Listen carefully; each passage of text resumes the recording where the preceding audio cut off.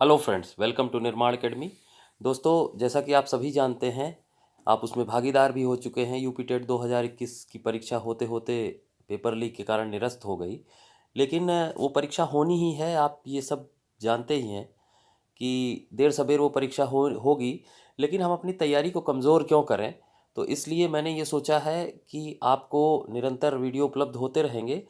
तो हम एक प्रैक्टिस टेस्ट शुरू कर रहे हैं, जो कि गंगा प्रकाशन इलाहाबाद की जो गंगा प्रकाशन प्रयागराज की जो पुस्तक है, उससे संबंधित संपूर्ण प्रैक्टिस सेट हम 2-3 वीडियो में आपको मनोविज्ञान का, बाल मनोविज्ञान का उपलब्ध कराएंगे और इसी तरीके से अन्य विषयों के भी वीडियो उपलब्ध कराते रहेंगे। तो जिससे आपकी तैयारी निरंतर चलती रहे और जब भी परीक्षा हो तो आप और भी बेहतर करना है आपको। यही सोच के हमने ये वीडियो बनाने का प्लान किया है। तो आज उसका हम बाल मनोविज्ञान का जो पहला पेपर है टेस्ट का, वो आपके लिए लाए हैं। पूरी पुस्तक से जितने भी प्रश्न बनते हैं उन सब का आपको प्रैक्टिस कराई जाएगी। तो जिन्होंने अभी तक चैनल को सब्सक्राइब नहीं किया है, प्लीज़ सब्सक्राइब कर लीजिए और बेल आइकन ज़रूर प्रेस कर दीजिएगा, जिससे जब भी वीडियो अपलोड हो आपको सबसे पहले नोटिफिकेशन मिल जाए। चलिए, हम आज का अपना जो है ये प्रैक्टिस टेस्ट शुरू करते हैं। तो ये आपके सामने स्क्रीन आ गई है और यहाँ देखिए, पहले कुछ क्वेश्चन डिस्कस कर लेते हैं, कुछ प्रश्नोत्तर हैं। जैसे मनोविज्ञान का विषय चेतना, ये किसका मत है? मनोविज्ञान का विषय चेतना है, ये किसका मत है? तो ये विलियम जेम्स का मत है। ठीक है। अगला जो क्वेश्चन है, मनोविज्ञान विषय का विषय आत्मा है, ये किसका मत है? ये प्लेटो का मत है।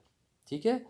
अगला देखते हैं, साइकी और लोगस शब्द किससे बना है? साइकी और लोगस जो शब्द है ये किससे बना है? तो ये यूनानी भाषा का शब्द है। ठीक है। अगला देखते हैं, मनोविज्ञान आचरण एवं व्यवहार का यथार्थ विज्ञान है। ठीक है। मनोविज्ञान आचरण एवं यथार्थ एवं व्यवहार का यथार्थ विज्ञान है, ये कहा है मैकडूगल ने। ठीक है। अब देखिए, एक चीज़ और है यहाँ, national society of college teachers of education संस्था, ये कहाँ है? तो ये संस्था जो है दोस्तों, अमेरिका में है। कहाँ है? अमेरिका में। इस संस्था को भी याद रखना है कि अमेरिका में है। तो ये सारे आप तथ्य देख लीजिएगा। अब हम बारी बारी से क्वेश्चन की ओर बढ़ते हैं, अपने वस्तुनिष्ठ प्रश्नों की ओर बढ़ेंगे। ठीक है दोस्तों। तो आज का जो हमारा पहला प्रश्न है दोस्तों, वो आपके सामने है। शिक्षा मनोविज्ञान नामक जो पुस्तक है, उस वो किस मनोवैज्ञानिक द्वारा लिखी गई है? तो ये पुस्तक लिखी गई है एडवर्ड एफ थॉर्नडाइक के द्वारा। ठीक है। एडवर्ड एफ थॉर्नडाइक के द्वारा। नेक्स्ट क्वेश्चन है, शिक्षा है, तो शिक्षा क्या है आपको बताना है। तो शिक्षा जो है, शिक्षा जीवन पर्यंत चलने वाली प्रक्रिया है। ठीक है। शिक्षा जो है वो जीवन पर्यंत चलने वाली प्रक्रिया है। ठीक। चलिए, नेक्स्ट क्वेश्चन देखते हैं। अगला जो हमारा प्रश्न है, राष्ट्रीय जीवन में शिक्षा का कार्य है। राष्ट्रीय जीवन में शिक्षा का कार्य है। ऑप्शन देख लीजिए, अंतर्राष्ट्रीय महत्व का बोध, विवेक, वाणिज्य से समझ, राष्ट्रीय संस्कृति की एकता को बनाए रखना। तो दोस्तों, ऑप्शन डी बिल्कुल करेक्ट है कि राष्ट्रीय जीवन में शिक्षा का कार्य है राष्ट्रीय संस्कृति की एकता को बनाए रखना। ठीक। चलिए, नेक्स्ट क्वेश्चन चलते हैं। अगला जो प्रश्न है, मनोविज्ञान का जन्म हुआ है। मनोविज्ञान का जन्म किस विषय से हुआ है? तो आपको ये हमें बताना है। बहुत ही प्रसिद्ध प्रश्न है, दर्शन से यानी फिलॉसफी से। ठीक है। मनोविज्ञान का जन्म जो है वो फिलॉसफी से हुआ है। नेक्स्ट क्वेश्चन देखते हैं, शिक्षा मनोविज्ञान एक स्वतंत्र विषय के रूप में आया। शिक्षा मनोविज्ञान जो है वो एक स्वतंत्र विषय के रूप में कब उदित हुआ है? तो ये उदित हुआ है 20वीं शताब्दी में। ठीक है। कब उदित हुआ है? 20वीं शताब्दी में। चलिए, नेक्स्ट देखते हैं, प्रथम आधुनिक शिक्षा मनोवैज्ञानिक। प्रथम आधुनिक शिक्षा मनोवैज्ञानिक कौन थे? तो ये थे एडवर्ड ली थॉर्नडाइक। ठीक है। एडवर्ड ली थॉर्नडाइक जो है ये प्रथम आधुनिक शिक्षा मनोवैज्ञानिक कहे जाते हैं। चलिए, आगे चलते हैं। तो जो आज का हमारा अगला प्रश्न है, ध्यान से देखिएगा, मुक्त के कितने प्रकार हैं? तो मुक्त के कितने प्रकार हैं? 2 प्रकार हैं। ठीक है। अगला क्वेश्चन देखते हैं, एजुकेटम शब्द विकसित हुआ। एजुकेटम शब्द जो है वो विकसित हुआ है लैटिन शब्द से। ठीक है, एजुकेटम जो है लैटिन भाषा का शब्द है। अगला प्रश्न देखते हैं। अगला प्रश्न है, शिक्षा वह है जो मुक्ति दिलाए। ठीक है, तो ये किसका मत है? तो दोस्तों ये मत है शंकराचार्य का। ठीक है, और इन्होंने कहा था सह विद्या या विमुक्तये, जिसका अर्थ होता है शिक्षा वह है जो मुक्ति दिलाए। ठीक, चलिए नेक्स्ट देखते हैं। उपनिषद का विषय है, तो उपनिषद का विषय है दोस्तों दर्शन। ठीक है, उपनिषद का विषय क्या है? दर्शन। उपनिषद का अर्थ होता है समीप बैठकर ज्ञान अर्जित करना, और इसका संबंध दर्शन से है। चलिए अगला प्रश्न देखते हैं। एकदम इत्मीनान से आपको सॉल्व करना है, आराम से एक एक प्रश्न सॉल्व करेंगे। दर्शन का विषय है। ठीक है, तो दर्शन का विषय जो है वो क्या क्या है? आत्मा, जीव, जगत, ये तीनों हैं, यानी उपरोक्त सभी। ठीक है, तो अगला प्रश्न है, स्वस्थ शरीर में स्वस्थ मस्तिष्क का निर्माण करना ही शिक्षा है। ये किसने कहा है? स्वस्थ शरीर में स्वस्थ मस्तिष्क का निर्माण करना ही शिक्षा है, ये कहा गया है अरस्तु के द्वारा, एरिस्टोटल के द्वारा, यानी अरस्तु के द्वारा। नेक्स्ट क्वेश्चन देखते हैं। मनोविज्ञान आचरण एवं व्यवहार का यथार्थ विज्ञान है। मनोविज्ञान आचरण एवं व्यवहार का यथार्थ विज्ञान है, ये किसके द्वारा कहा गया है? तो ये कहा गया है मैकडूगल के द्वारा। याद रखिएगा, ये मैकडूगल के द्वारा कहा गया है। ठीक है दोस्तों, चलिए अब नेक्स्ट क्वेश्चन देखते हैं। अगला जो हमारा आज का प्रश्न है दोस्तों, वो कहता है मनोविज्ञान में व्यवहार का अध्ययन किया जाता है। ये मत किसका है? मनोविज्ञान में व्यवहार का अध्ययन किया जाता है, ये मत किसका है? तो आपको बताना है। तो ये मत है वाटसन का। किसका? वाटसन का। ठीक है, जेबी वाटसन। चलिए नेक्स्ट क्वेश्चन चलते हैं।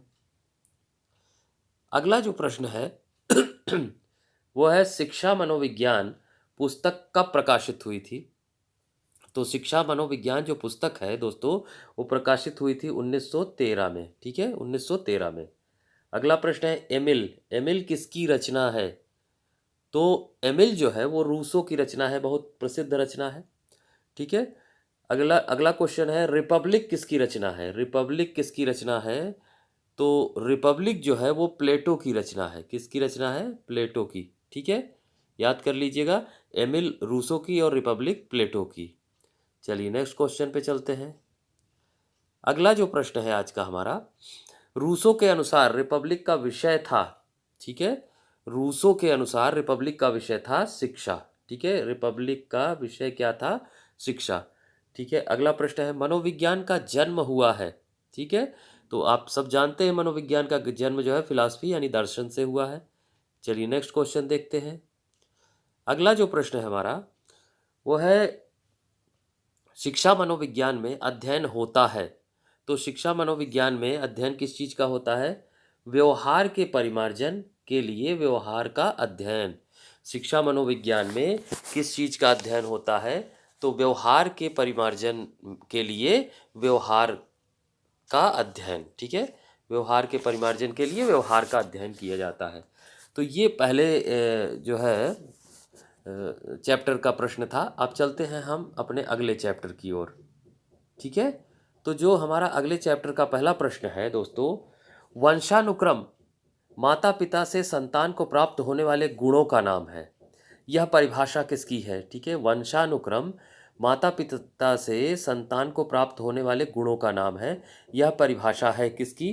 तो ये परिभाषा है रूथ नेवेडिक्ट।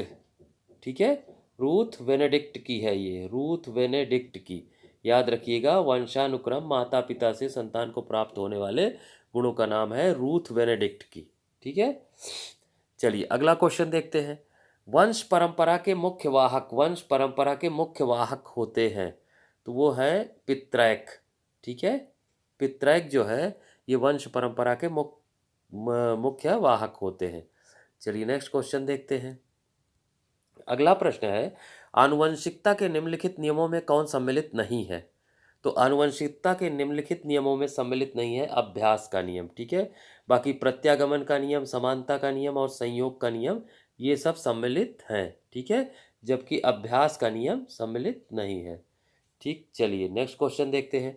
कौन सा रोग वंशानुगत है? तो दोस्तों ऑप्शन है वर्णांधता, हीमोफीलिया, ए और बी दोनों, या दोनों नहीं। तो ऑप्शन सी बिल्कुल करेक्ट है, यानी वर्णांधता भी है और हीमोफीलिया भी है।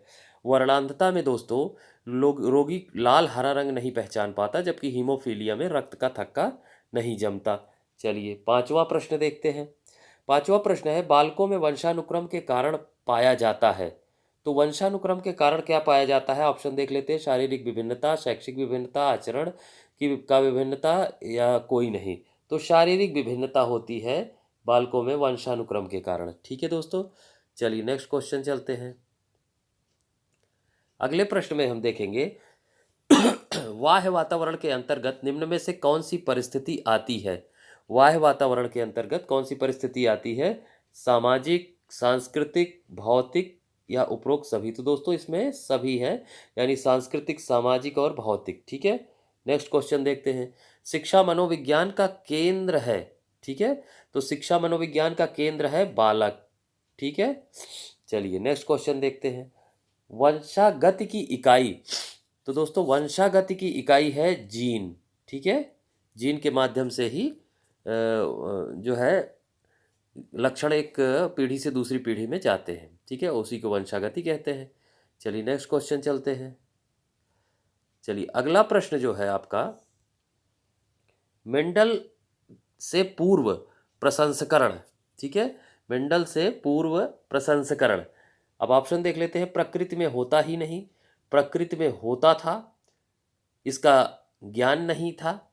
ठीक है, ऑप्शन सी है, वैज्ञानिकों ने इसके प्रयोग किए लेकिन स्पष्ट निष्कर्ष नहीं निकाले गए थे, और डी कोई नहीं। तो इसमें सी बिल्कुल करेक्ट है कि मेंडल से पूर्व प्रसंस्करण वैज्ञानिकों ने इसके प्रयोग किए लेकिन स्पष्ट निष्कर्ष नहीं निकाले गए थे। ठीक है, चलिए 10वां प्रश्न देखते हैं।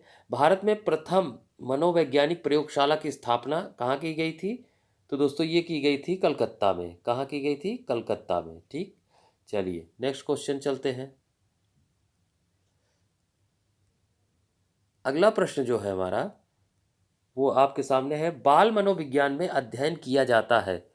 तो बाल मनोविज्ञान में दोस्तों अध्ययन किया जाता है, ऑप्शन सी, बालक के जन्म के पूर्व गर्भावस्था से लेकर किशोरावस्था तक। तो ये बाल मनोविज्ञान में यही का अध्ययन किया जाता है, गर्भावस्था से लेकर किशोरावस्था तक।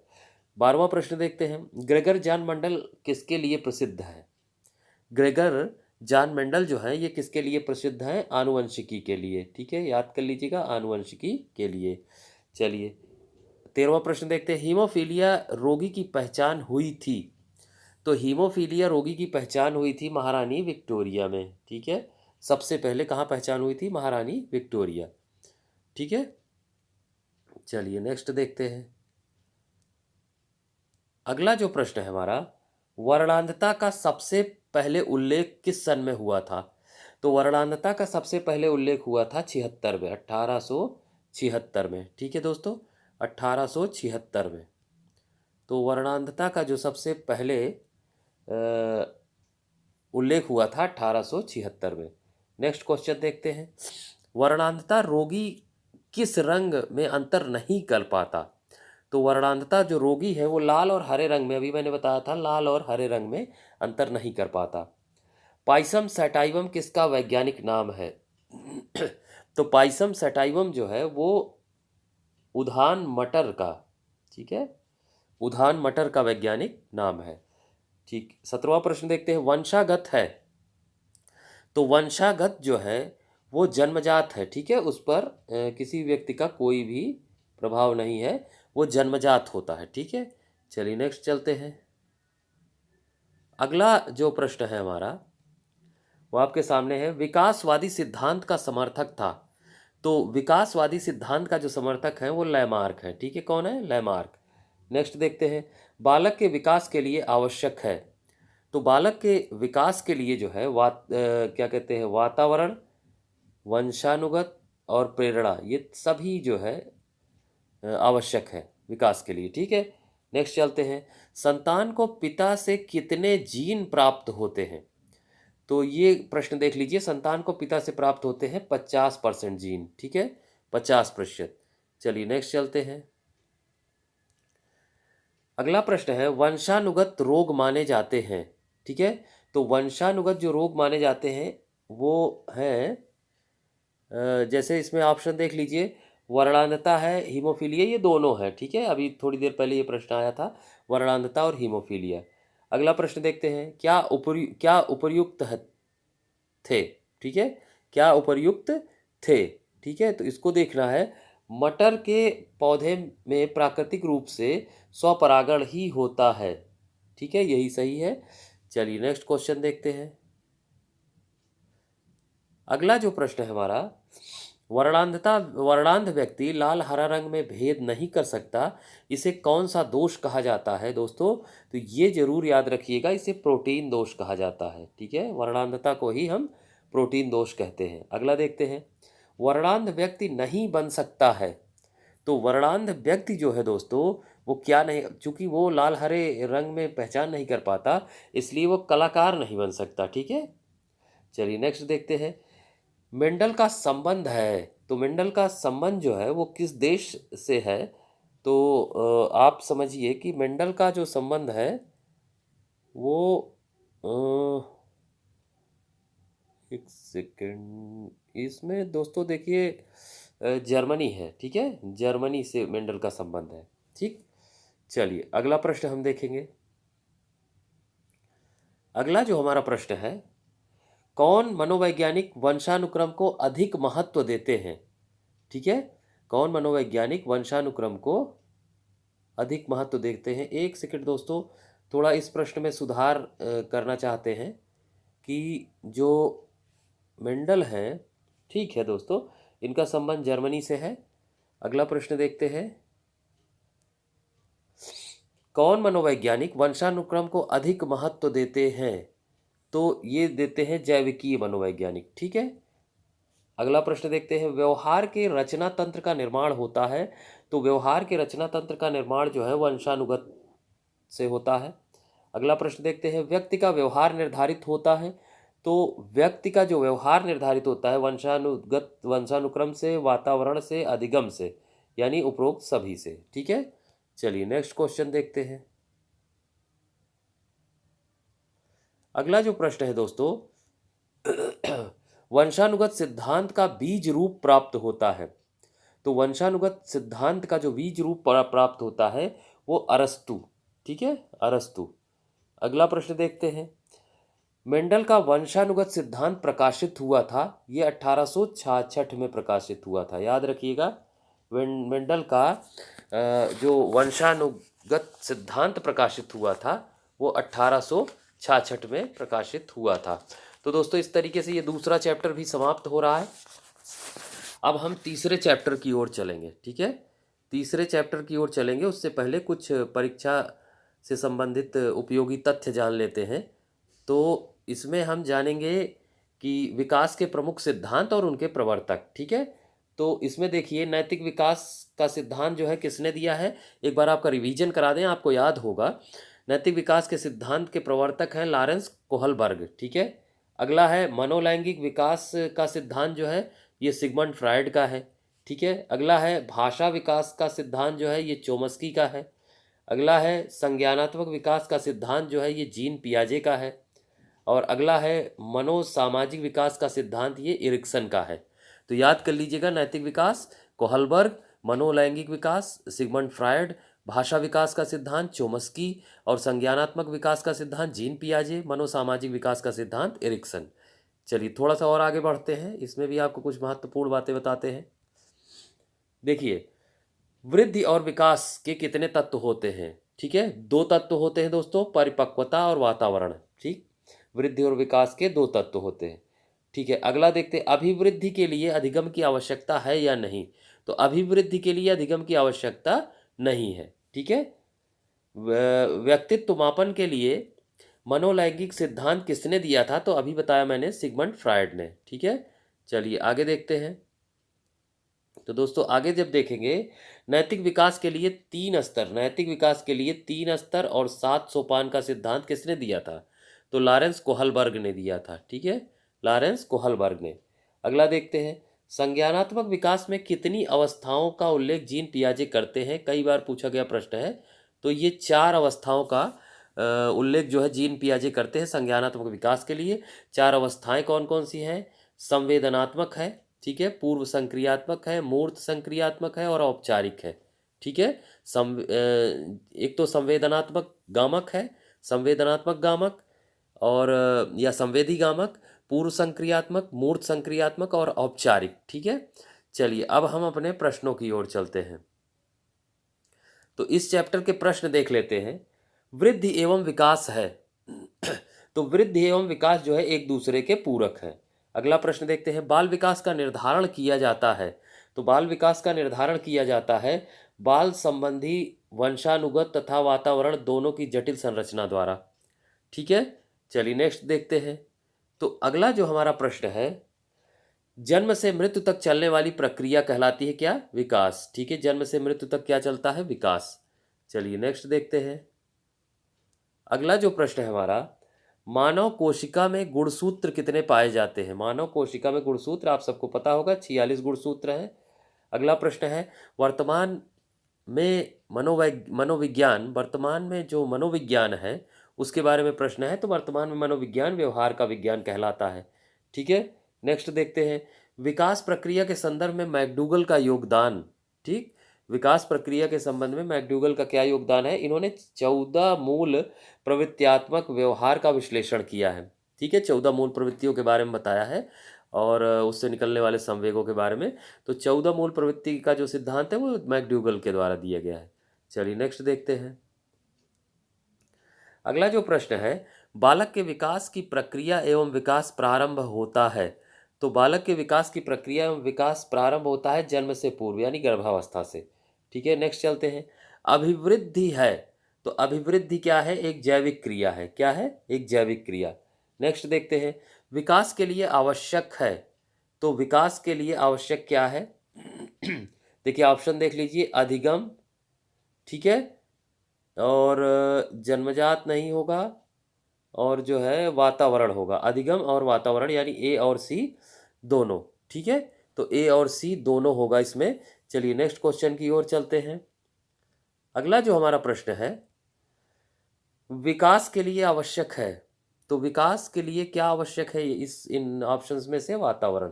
ठीक है, चलिए अगला क्वेश्चन देखते हैं। पूर्व बाल्यावस्था है। तो पूर्व बाल्यावस्था जो है वो 3 से 6 वर्ष। ठीक है, अगला देखते हैं। पीनियल ग्रंथि से विकास होता है। तो पीनियल ग्रंथि से क्या विकास, किसका विकास होता है? मस्तिष्क का। ठीक, चलिए नेक्स्ट क्वेश्चन देखते हैं। अगला जो प्रश्न है हमारा, शरीर की लंबाई बढ़ाना है। तो शरीर की लंबाई बढ़ाना, इसको किससे हम क्या कह सकते हैं? अभिवृद्धि कह सकते हैं। ठीक है, फिर अगला प्रश्न है, विकास के कितने पक्ष हैं? तो विकास के पक्ष हैं 5। ठीक, अगला प्रश्न देखते हैं। विकास की कितनी अवस्था होती है? तो विकास की अवस्थाएं हैं 5। ठीक, उसके बाद देखते हैं। परिपाक काल का समय होता है। तो परिपाक काल जो है इसका समय होता है 9 से 12 वर्ष। ठीक, परिपाक काल कब का होता है? 9 से 12 वर्ष। ठीक है दोस्तों, चलिए नेक्स्ट क्वेश्चन देखते हैं। परिपक्व काल जो है का समय होता है। तो परिपक्व काल का जो समय होता है वो 12 से 18 वर्ष होता है। नेक्स्ट देखते हैं। प्रारंभिक वर्षों में वृद्धि तथा विकास की प्रक्रिया, प्रारंभिक वर्षों में वृद्धि तथा विकास की प्रक्रिया रहती है, अत्यंत तीव्र गति से होती है। ठीक है, अभिवृद्धि है। तो अभिवृद्धि क्या है? एकांकी प्रक्रिया है अभिवृद्धि। ठीक है, यानी अभिवृद्धि का मतलब आगे बढ़ना। ठीक है, चलिए नेक्स्ट क्वेश्चन देखते हैं। तो अगला जो हमारा प्रश्न है, विकास है। तो आपको बताना है विकास है। विकास एक बहुमुखी प्रक्रिया है। ठीक है दोस्तों, नेक्स्ट क्वेश्चन देखते हैं। बालक पहले किस मांसपेशियों पर नियंत्रण करना प्रारंभ करता है? तो बालक पहले जो है वो हाथ और पैर, ठीक है, यानी बी और सी, ठीक है, अंगुलियों पर बाद में। ठीक, हाथ और पैर पर नियंत्रण करना प्रारंभ करता है। नेक्स्ट देखते हैं। संज्ञानात्मक विकास के सिद्धांत के प्रवर्तक थे। तो संज्ञानात्मक विकास के सिद्धांत के प्रवर्तक आप सबको पता है जीन पियाजे थे। चलिए नेक्स्ट क्वेश्चन चलते हैं। अगला जो हमारा प्रश्न है दोस्तों आपके सामने है, मनोविश्लेषणात्मक सिद्धांत के प्रवर्तक थे। तो ये थे सिगमंड फ्रायड, ठीक है, मनोविश्लेषणात्मक सिद्धांत के प्रवर्तक सिगमंड फ्रायड थे, ठीक है। भाषा विकास सिद्धांत के प्रवर्तक कौन है? वो है चोम्स्की। भाषा विकास सिद्धांत के प्रवर्तक हैं चोम्स्की, ठीक है। चलिए नेक्स्ट देखते हैं। देखिए दोस्तों, अगला जो प्रश्न है हमारा, मनोसामाजिक विकास सिद्धांत के प्रवर्तक कौन थे? तो वो थे कौन? एरिक्सन। अभी थोड़ी देर पहले हम लोगों ने इस पे चर्चा की है कि जो मनोसामाजिक विकास का सिद्धांत, सारे सिद्धांत आपको अभी भी चर्चा की गई, बताए गए, तो उसमें से ये जो मनोसामाजिक विकास का सिद्धांत है, इसके प्रवर्तक कौन थे? एरिक्सन थे, ठीक है। तो आपको इसको ध्यान रखना है कि मनोसामाजिक विकास के सिद्धांत के प्रवर्तक एरिक्सन, ठीक है। चलिए अब हम लोग चलते हैं अपने अगले चैप्टर की ओर, और उसके पहले आपको कुछ महत्वपूर्ण प्रश्नों पर चर्चा हो जाए, ठीक, तो उसको देख लेते हैं। देखिए, कितने वर्ष में बालक सार्थक शब्दों का प्रयोग करता है? तो 3 वर्ष का बालक जो है वो सार्थक शब्दों का प्रयोग शुरू करता है, ठीक है। कौन सी अवस्था में दोहराने की प्रवृत्ति पाई जाती है, तीव्र होती है? शैशवावस्था में। फ्रायड के अनुसार लड़कों में कौन सी ग्रंथि पाई जाती है? ओडिपस भावना ग्रंथि पाई जाती है, ठीक है। लड़कों में क्या? ओडिपस ग्रंथि, ठीक। चलिए आगे देखते हैं। तो आगे जब देखेंगे, फ्रायड के अनुसार लड़कियों में कौन सी ग्रंथि पाई जाती है? इलेक्ट्रा भावना ग्रंथि, ठीक है। जन्म के समय शिशु की औसत लंबाई होती है 51 सेंटीमीटर, ठीक है। दूध के दांतों की संख्या कितनी होती है? वो होती है 20, ठीक है, 20। ये बेसिक फैक्ट्स हैं जिसको आपको याद रखना चाहिए। चलिए अब इसके जो है हम प्रश्नों पे चलते हैं, इस चैप्टर के प्रश्नों पे चलेंगे और देखेंगे। पहला प्रश्न, कौन सी अवस्था सीखने का अनोखा काल कहा जाता है? सीखने का अनोखा काल है शैशवावस्था, ठीक है, शैशवावस्था, ठीक है। चलिए, नवजात शिशु का भार लगभग कितना होता है? तो वो 3 किलोग्राम होता है, ठीक, 3 किलोग्राम। नेक्स्ट देखते हैं, 7 वर्ष तक मस्तिष्क का वजन कितना होता है? तो 7 वर्ष तक मस्तिष्क का वजन होता है 1 किलोग्राम 250 ग्राम, ठीक है, यानी 1250 ग्राम, ठीक है। चलिए नेक्स्ट क्वेश्चन देखते हैं। अगला प्रश्न है, कितने वर्ष में सभी दूध के दांत निकल जाते हैं? ठीक, तो 1 वर्ष में सभी दूध के दांत निकल जाते हैं। चलिए नेक्स्ट देखते हैं, नवजात शिशु में हड्डियों की संख्या कितनी होती है? तो 270, ठीक है, नवजात शिशु में हड्डियों की संख्या 270 होती है, ठीक। नेक्स्ट देखते हैं, स्वप्रेम की भावना का विकास होता है? तो शैशवावस्था में होता है, ठीक। चलिए नेक्स्ट क्वेश्चन देखते हैं। अगला प्रश्न जो है हमारा, वैलेंटाइन ने किस अवस्था को सीखने का अनोखा काल कहा है? तो सीखने का अनोखा काल तो वही है, शैशवावस्था। नेक्स्ट देखते हैं, हड्डियों में कौन से तत्व पाए जाते हैं? तो हड्डियों में देखिए दोस्तों, कैल्शियम, फास्फोरस और खनिज तत्व पाए जाते हैं, ठीक। नेक्स्ट देखते हैं, जन्म के समय शिशु की धड़कन, ठीक, तो जन्म के समय शिशु की धड़कन जो है अनियमित होती है, अनियमित, ठीक। चलिए नेक्स्ट चलते हैं। तो अगला जो हमारा प्रश्न है, दूध के दांत निकलने प्रारंभ होते हैं 6 माह में, ठीक, 6 माह के बाद कभी भी हो सकते हैं। दूध के दांत कितने होते हैं? तो वो 20, अभी आपको बताया गया कि दूध के दांत कितने होते हैं, 20। चलिए नेक्स्ट देखते हैं, लड़कियों में कौन सी ग्रंथि पाई जाती है? तो लड़कियों में पाई जाती है इलेक्ट्रा भावना ग्रंथि, ठीक। चलिए देखिए, उसी से संबंधित फिर से वो आ गया, लड़कों में कौन सी ग्रंथि पाई जाती है? तो ओडिपस ग्रंथि पाई जाती है। दोहराने की प्रवृत्ति कब, किस अवस्था की में पाई जाती है? तो वो शैशवावस्था में पाई जाती है। किस अवस्था को निर्माण काल कहा जाता है? तो दोस्तों शैशवावस्था को निर्माण काल कहा जाता है। चलिए नेक्स्ट देखते हैं। अगला जो हमारा प्रश्न है, परियों की कहानी को महत्व दिया जाता है?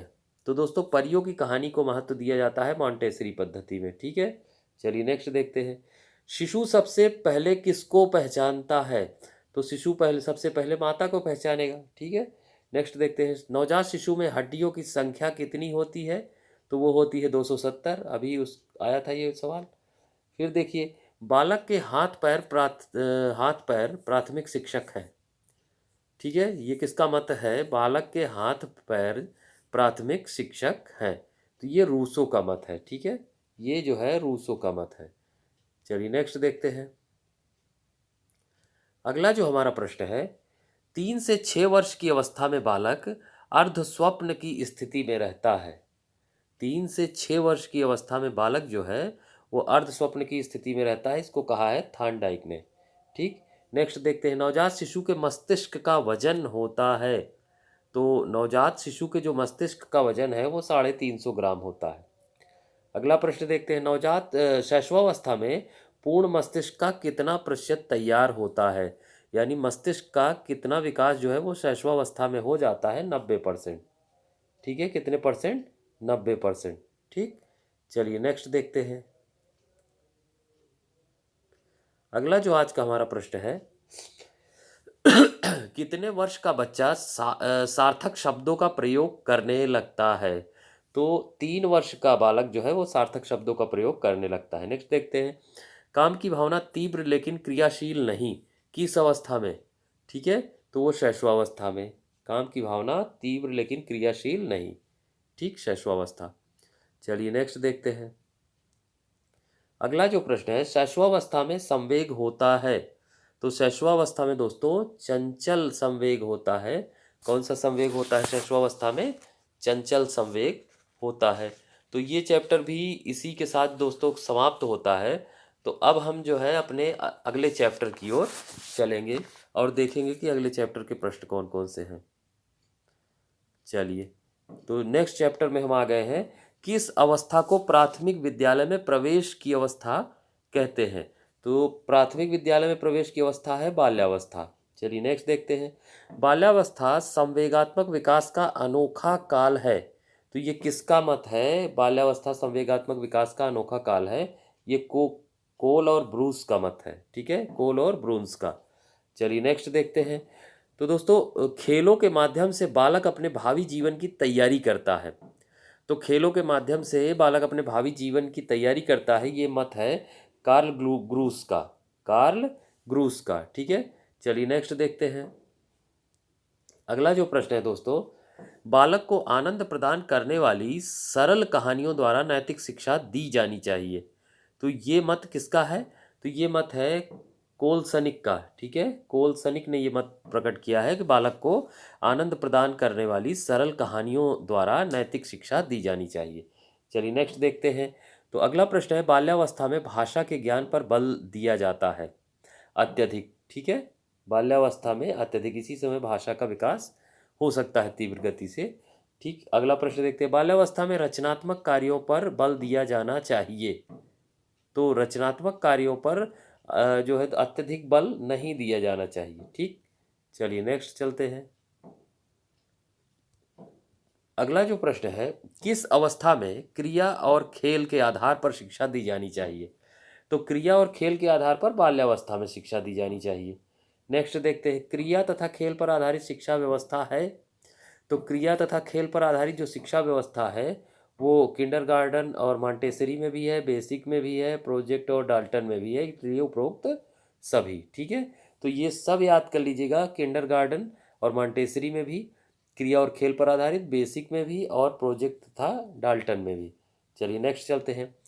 बाल्यावस्था में जो हड्डियों की संख्या है वो है 350। ठीक है, 350 हड्डियाँ होती हैं। चलिए नेक्स्ट देखते हैं। बाल्यावस्था में स्थायी दांत होते हैं, तो बाल्यावस्था में जो स्थायी दांत हैं वो हैं 27। ठीक है, कितने? 27, 27। ठीक, चलिए नेक्स्ट चलते हैं। दोस्तों देखिए, परिपाक काल का समय होता है, तो परिपाक काल का समय है 9 से 12 वर्ष। ठीक, अगला देखते हैं। संचय काल का समय क्या होता है? तो संचय काल का समय है 6 से 9 वर्ष। अगला देखते हैं। संग्रह की प्रवृत्ति पाई जाती है, तो संग्रह की जो प्रवृत्ति पाई जाती है वो बाल्यावस्था में पाई जाती है, हर चीज़ को इकट्ठा करने की प्रवृत्ति। चलिए नेक्स्ट क्वेश्चन चलते हैं। अगला जो हमारा प्रश्न है, स्फूर्ति की अवस्था, तो स्फूर्ति की जो अवस्था है वो बाल्यावस्था है। नेक्स्ट देखते हैं। मिथ्या परिपक्वता, तो मिथ्या परिपक्वता जो है ये भी बाल्यावस्था की विशेषता है। अगला देखते हैं। काम प्रवृत्ति की न्यूनता पाई जाती है, तो काम प्रवृत्ति की न्यूनता भी बाल्यावस्था में पाई जाती है। नेक्स्ट चलते हैं। दोस्तों अगला जो प्रश्न है, बहिर्मुखी व्यक्तित्व का विकास जो है वो प्रारंभ होता है, तो वो होता है बाल्यावस्था में ही, बहिर्मुखी व्यक्तित्व का। इसके पहले जो बालक है, जो शिशु है, वो अंतर्मुखी होता है, सेल्फ सेंटर्ड। ठीक है, अगला देखते हैं, बाल्यावस्था में खेल की प्रकृति कैसी होनी चाहिए? तो बाल्यावस्था में खेल की प्रकृति जो है वो सामूहिक होनी चाहिए। नेक्स्ट देखते हैं, खेलों के माध्यम से बच्चा अपने भावी जीवन की तैयारी करता है। तो खेलों के माध्यम से बच्चा अपने भावी जीवन की तैयारी करता है, ये मत किसका है? ये कार्ल सूस का है। ठीक है, कार्ल सूस का। ठीक, अगला देखते हैं, बाल्यावस्था में मस्तिष्क का विकास होता है। तो बाल्यावस्था में मस्तिष्क का विकास जो है वो 95% हो जाता है, 95%, 95%। ठीक है, चलिए नेक्स्ट चलते हैं। देखिए अगला जो प्रश्न है हमारा, निरुद्देश्य भ्रमण, यानी बिना किसी उद्देश्य से घूमने की प्रवृत्ति जो है वो पाई जाती है, वो बाल्यावस्था में पाई जाती है। नेक्स्ट देखते हैं, वास्तविक जगत में प्रवेश की अवस्था, तो वो है बाल्यावस्था। वास्तविक जगत में प्रवेश की अवस्था है बाल्यावस्था। चलिए अगला प्रश्न देखते हैं।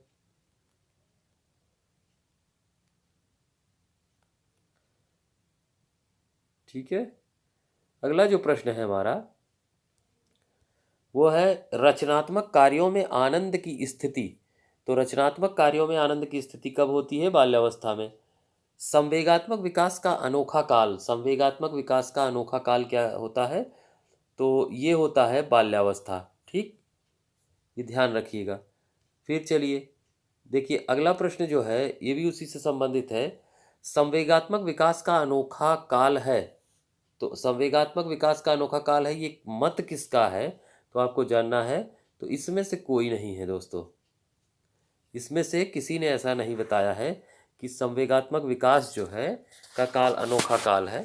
और ये जो अनोखा काल है ये किसके लिए कहा गया है?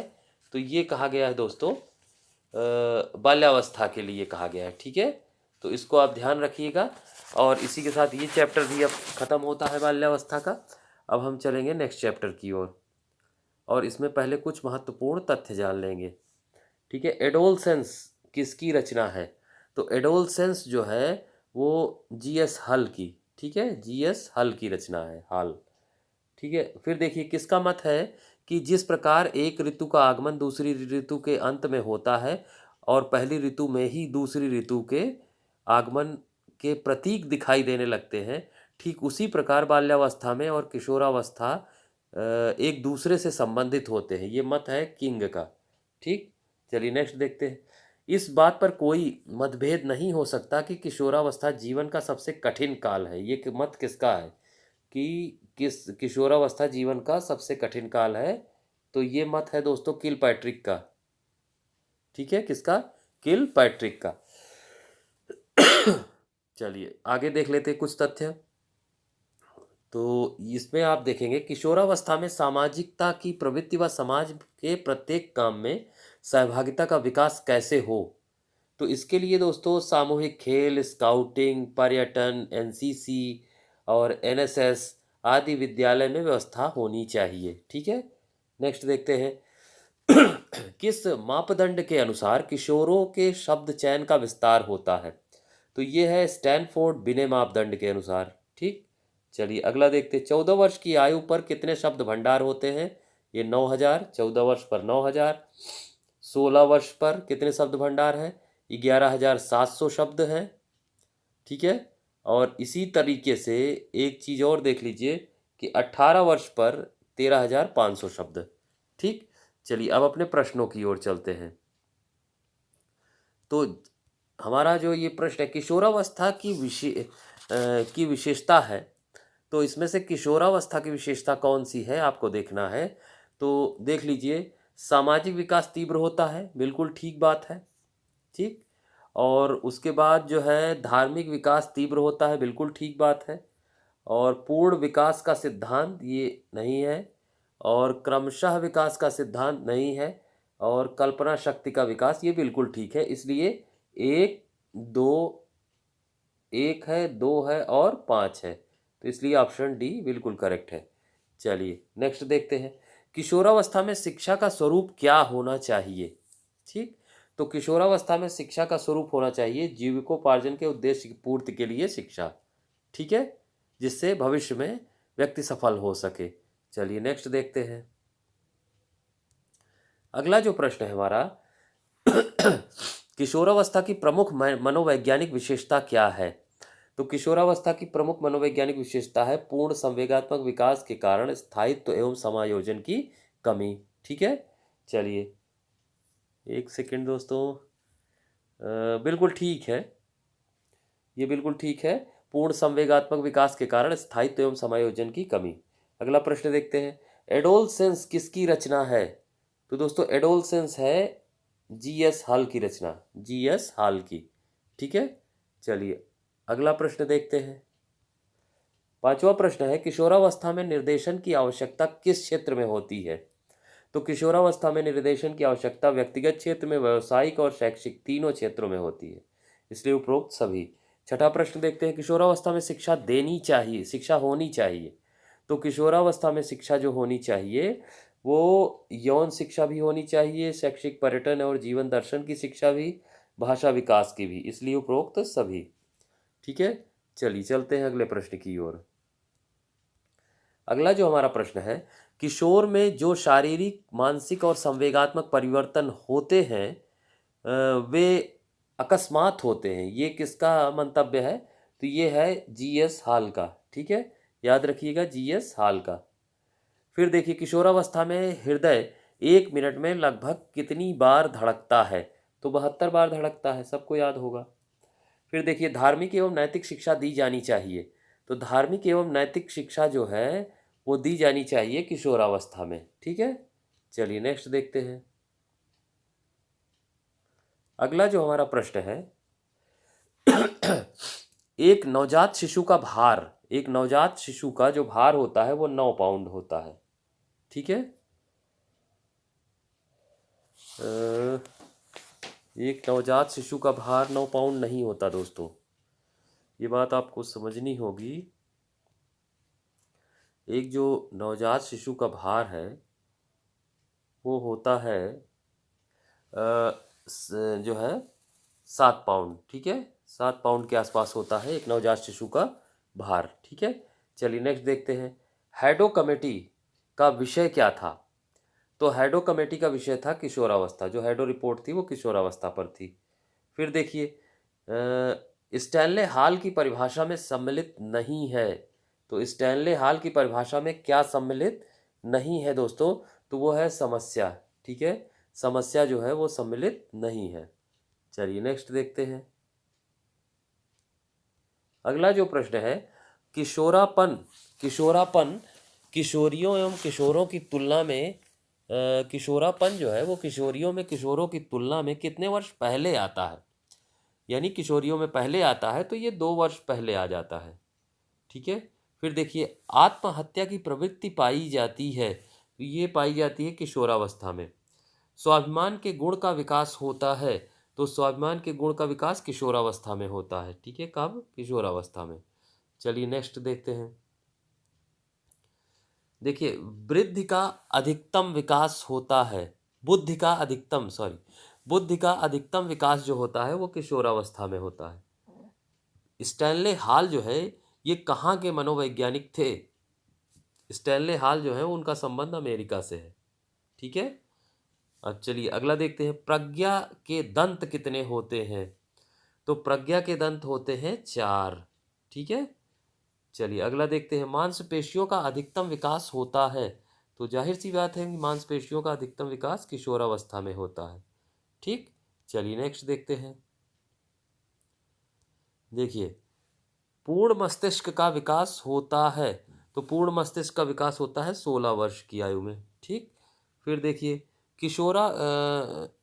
किशोर ही वर्तमान की शक्ति और भावी आशा को प्रस्तुत करता है। तो किशोर ही वर्तमान की शक्ति और भावी आशा को प्रस्तुत करता है, ये मत है क्रो एवं क्रो का। ठीक है, नेक्स्ट देखते हैं। किशोरावस्था में समानता और विभिन्नता दोनों गुण पाए जाते हैं, तो किशोरावस्था में समानता और विभिन्नता दोनों गुण पाए जाते हैं, ये मत है वैलेंटाइन का। ठीक है, वैलेंटाइन का। चलिए नेक्स्ट देखते हैं।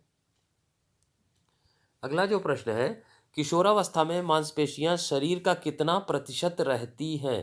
तो ये रहती है 45%। ठीक है, फिर चलिए नेक्स्ट देखते हैं। अगला जो प्रश्न है दोस्तों, किशोरावस्था शैशवावस्था की पुनरावृत्ति है। किशोरावस्था जो है वो शैशवावस्था की पुनरावृत्ति है। तो ये मत किसका है? तो ये मत है रॉस का। ठीक है, रॉस ने ये मत प्रस्तुत किया था कि किशोरावस्था शैशवावस्था की पुनरावृत्ति है। ठीक है, फिर 25वां प्रश्न है, मासिक धर्म प्रारंभ होता है। तो ये प्रारंभ होता है 15 वर्ष की आयु से। ठीक है दोस्तों, तो इस तरीके से दोस्तों जो आज के हमारे चैप्टर हैं वो यहीं ख़त्म हो रहे हैं। ठीक है, तो इस वीडियो को और कंटिन्यू करेंगे, इस पूरी किताब को जो है हम लोग पूरा करेंगे। आपको अगर पसंद आया हो तो लाइक ज़रूर कर दीजिएगा, इसको बार बार देख के याद कर लीजिएगा। आपने प्रश्न पत्र देखा भी होगा कि फैक्चुअल आया है, और बाकी जो उसमें और महत्वपूर्ण चीज़ें होंगी मैं बताता रहूँगा, और लेकिन इस पूरी किताब को कंप्लीट करके आपका रिवीजन ज़रूर करा दूँगा। तो अगर पसंद आया हो तो लाइक कर दीजिएगा, और कमेंट के माध्यम से ये ज़रूर बताइएगा कि और क्या क्या टेट के लिए आपको प्रोवाइड किया जाए जिससे आपकी तैयारी और बेहतर हो सके। और जो लोग पर्यावरण और ये सारे वीडियो देखना चाहते हैं तो हमारी प्लेलिस्ट में ज़रूर चले जाइएगा। पर्यावरण का बहुत ही बेहतरीन वीडियो है आपके लिए, और पॉलिटी का और ज्योग्राफी का ये तमाम वीडियो उसमें उपलब्ध हैं। तो संविधान वगैरह उसके सवाल भी आए थे, यूपी स्पेशल भी है जिससे 3 सवाल आए थे, इसलिए आप यूपी स्पेशल का वीडियो देख लीजिएगा। पूरा यूपी स्पेशल हमने कवर किया है, और अब समय भी है आपके पास, खूब देख लीजिए उसको, जिससे आप कायदे से उसको कर पाएँ। तो ठीक है दोस्तों, अपनी तैयारी में लगे रहिए। मैं आशा करता हूँ कि आप और बेहतर इस बार करेंगे। चलिए, बहुत बहुत धन्यवाद साथियों।